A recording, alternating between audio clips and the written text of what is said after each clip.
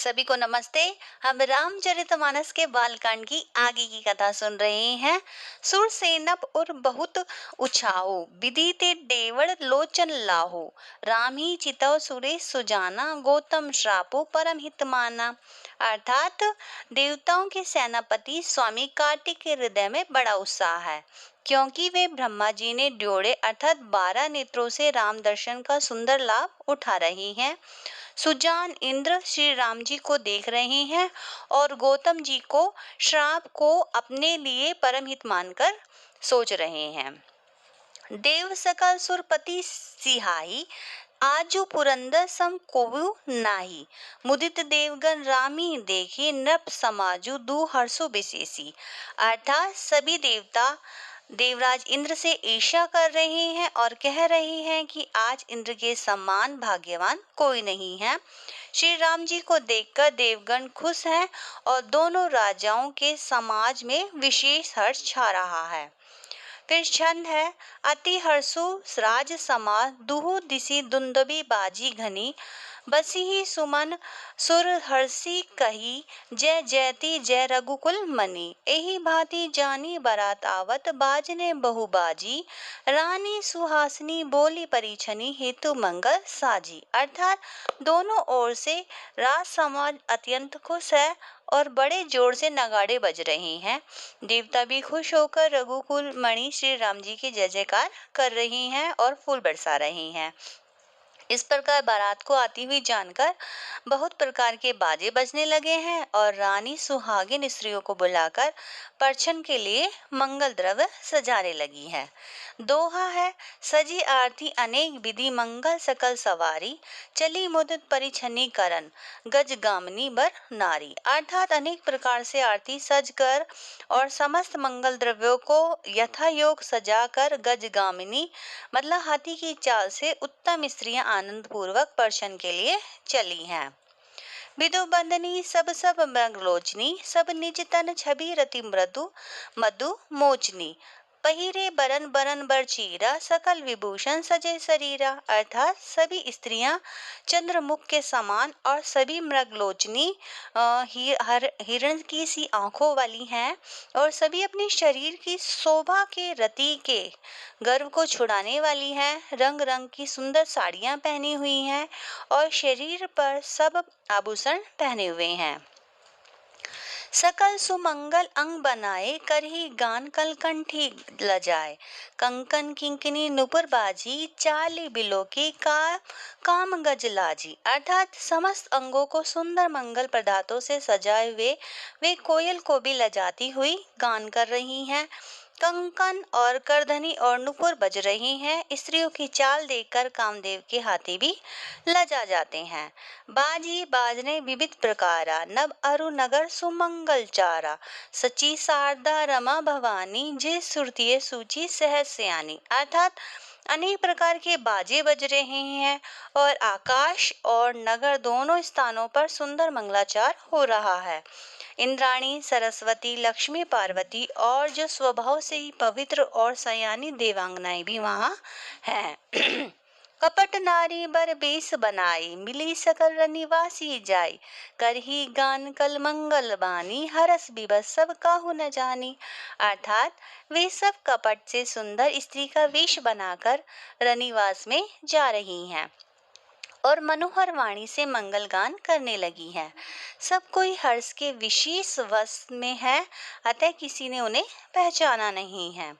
फिर छंद है, को जान कही आनंद बस सब बहु बर परिछन चली। कल गान मधुर निशान बरसई सुमन सुर शोभा बली। आनंदु कंदु बिलोकी दुलहु सकल हिये हर्षित भई। अम्भो अम्बक अम्बु उमंगी सुहंग पुलकावली छई। अर्थात कौन किसे जाने पहचाने आनंद के वश हुई सब दुल्हे को जाने हुए ब्रह्मा का परछन करने चली हैं। मनोहर गान हो रही हैं और मधुर मधुर नगाड़े बज रहे हैं।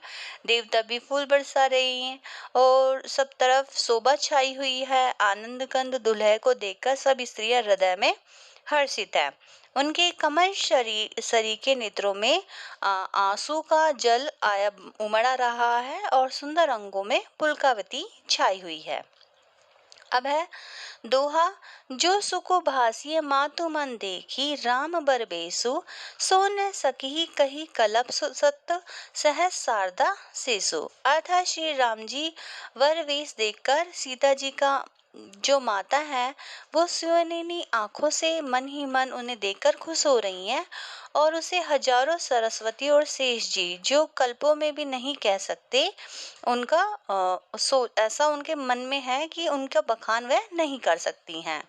नयन नीरु हटी मंगल जानी, परिछनी करही मुदित मन रानी। वेद विहित अरु कुल आचरु, किन्ह भली भांति सब व्यवहारु। अर्थात मंगल अवसर जानकर नेत्रों के जल को रोके हुए रानी खुश मन से परछन कर रही है और वेदों में कहे हुए और कुलाचार के अनुसार सभी व्यवहार रानी में भली भांति किए हैं। पंच सबद धुनि मंगल गाना, पट्ट पावड़े पर ही पिदी नाना। करी आरती रघु तिन्ह दीन्हा, राम गमनु मंडप तब कीन्हा। अर्थात पंच शब्द कौन कौन से? तंत्री, ताल, छाछ, नगारा और तुरही। इन 5 प्रकार के बाजों के शब्द हैं। पंच ध्वनि है वेद ध्वनि, वंदी ध्वनि, जय ध्वनि, सब ध्वनि और हुलु ध्वनि। ये मंगल गान हो रहे हैं और अनेक प्रकार के वस्त्रों के पावड़े पड़ रहे हैं। उन्होंने रानी से आरती करके अर्घ्य दिया। तब श्री राम जी ने मंडप में गमन किया। दशरथ सहित समाज बिराजे, विभव बिलोकी लोकपति लाजे। समय समय सुर बरसई फूला, साथी पढ़ी महिसुर अनुकूला। अर्थात दशरथ जी अपनी मंडली सहित विराजमान हुए हैं। उनके वैभव को देखकर लोकपाल भी लजा गए हैं। समय समय पर देवता फूल बरसाते हैं और भूदेव ब्राह्मण समय के अनुकूल शांति पाठ कर रहे हैं। नव अरुण नगर कोलाहल होई, आपनी पर कछु सुनई न कोई। एहि विधि रामू मंडभी आए, रघु देहि आसन बैठाए। अर्थात आकाश और नगर में शोर मच गया है, अपनी पराई कोई कुछ भी नहीं सुनता। इस प्रकार श्री राम जी मंडप में आए और अर्घ देकर आसन पर बैठ गए। फिर छंद है। बैठारी आसन आरती, करी निरखी बरु सुकु पाभी। मणि बसन भूषण भूरी बारी, नारी मंगल गाभी। फिर ब्रह्मादि सुरबर विप्र बेस बनाई कौतुक देखी, अवलोकी रघुकुल कमल रवि छवि सुफल जीवन लेखी। अर्थात आसन पर बैठकर आरती करके दूल्हे को देखकर स्त्रियां सुख पा रही हैं। वे ढेर की ढेर मणि वस्त्र और गहने निछावर करके मंगल गा रही हैं। ब्रह्मा आदि श्रेष्ठ देवता ब्राह्मणों का वेश बनाकर कौतुक से देख रहे हैं और राजकुल कमल के प्रफुल्लित करने वाले सूर्य श्री राम जी की छवि देखकर अपना जीवन सफल जान रहे हैं। दोहा है।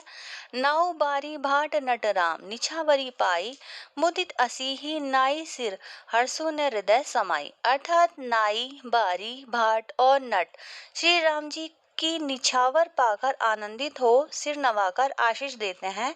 उनके हृदय में हर्ष समाता नहीं है। मिले जन को दशरथु अति प्रीति, करी वैदिक लौकिक सब रीति। मिलत महात दो राज बिराजे, उपमा खोजी खोजी कबिलाजे। अर्थात वैदिक और अलौकिक सब लौकिक सब रीतियां करके जनक जी और दशरथ जी बड़े प्रेम से मिले हैं। दोनों महाराज मिलते हुए बड़े ही शोभित हुए हैं। कभी उनके लिए उनकी उपमा खोज खोज कर भी लजा गए हैं। लही न कतु हारी ही मानी, इन्हें सम एहि उपमा उर आनी। सामद देखी देव अनुरागे, सुमन बरसी जसु गावन लागे। अर्थात जब कहीं भी उपमा नहीं मिली तब हृदय में हार मानकर उन्होंने मन में यही उपमा सुनिश्चित की कि इनके समान यही हैं। समधियों का मिलाप या परस्पर संबंध देखकर देवता अनुरुक्त हो गए और फूल बरसाकर यश गान कर रहे हैं। जगो बिरंची उपजावा जपते, देखे सुने भ्याव बहु तपते। सकल भांति सम साजु समाजा, सम समधि देखे हम आजू।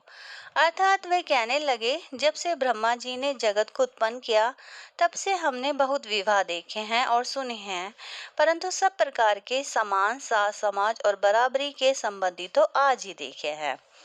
देव गिरा सुनी सुंदर सांची, प्रीति अलौकिक दूधिसी माची।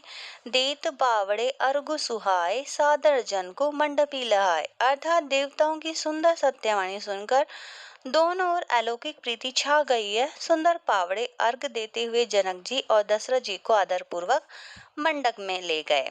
फिर छंद है, मंडपो बिलोकी विचित्र रचना, रुचि ररता मुनि मन हरे, निज पानी जनक सुजान सब कहु आनी, सिंहासन धरे।